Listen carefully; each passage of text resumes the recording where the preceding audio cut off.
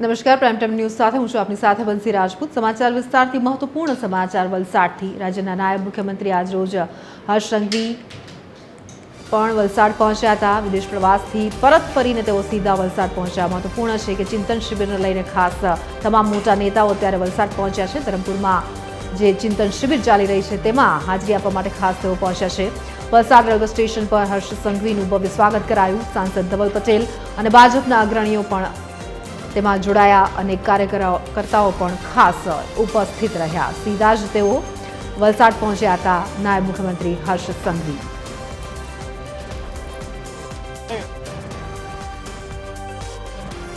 દુનિયાના 72 દેશોએ કોમનવેલ્થ 2030ની મેજબાની એ ભારત દેશને અમદાવાદ કોમનવેલ્થ 2030 તરીકે આપી છે।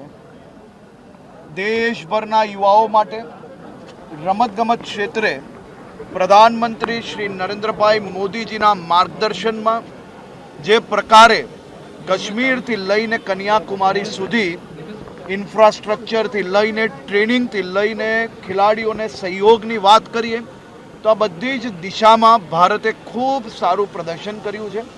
અને ભારત સરકાર દ્વારા સ્પોર્ટ્સ ઇન્ફ્રાસ્ટ્રક્ચર માટે જે પ્રકારે કામગીરી કરવામાં આવી છે તે ખરેખર અભિનંદનને પાત્ર છે।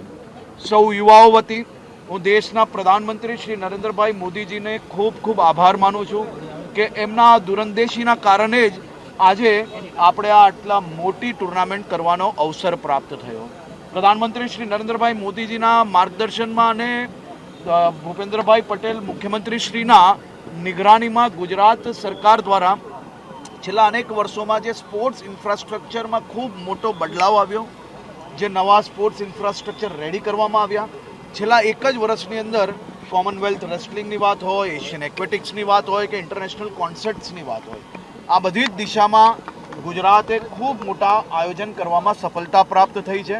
અને મને વિશ્વાસ છે કે 2030ની આ કોમનવેલ્થ સ્પોર્ટ્સના 100 વર્ષ જ્યારે પૂર્ણ થાય છે, આપણે ઐતિહાસિક રીતે આને મનાવવામાં, ઐતિહાસિક રીતે આયોજન કરવામાં ગુજરાતના સૌ નાગરિકોને 100% સફળતા પ્રાપ્ત થશે।